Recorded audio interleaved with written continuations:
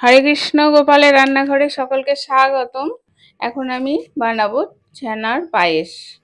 তো উপকরণগুলো লাগছে, আমি একটা কড়াই বসিয়ে দিয়ে তাতে 1 চামচ ঘি দিয়ে 1 লিটার গরুর দুধ জাল করা ছিল দিলাম, আর 2 চামচ আমি মিল্ক পাউডার দিয়ে দিলাম। এখানে 200 গ্রাম হবে, বড় বড় একটা ডাবু করে তুলে নিয়েছি। এবার ওটা মিশিয়ে নিলাম। আর এদিকে আমি ছানাটা দেখুন জল ঝরিয়ে ভালো করে ঠান্ডা করে নিয়েছি। আর এখানে আমি 100 গ্রাম মতো মিশ্রি দিলাম, 5টা এলাচ থেতো করে দিয়ে দিয়েছি। এবার যে ছানাটা জল ঝরিয়ে রেখেছিলাম সেটা আমি দুধের মধ্যে মিশিয়ে দিলাম।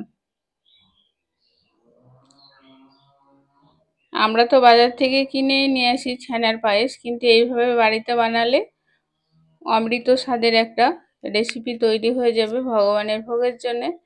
আর শুভ মহালয়া তিথিতে ভগবানকে ভোগ লাগিয়ে আপনারা প্রসাদ পান খুব অল্প সময়ে, অল্প উপকরণে।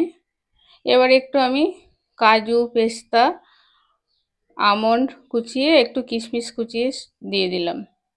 এটা একটু পাতলা থাকে, কিন্তু ঠান্ডা হয়ে গেলে ঘনত্ব চলে আসে। দেখুন সুন্দর একটা ঘনত্ব এসে গেছে। এবার আমি ভগবানের ভোগের জন্য একটা পাত্রে তুলে নিচ্ছি।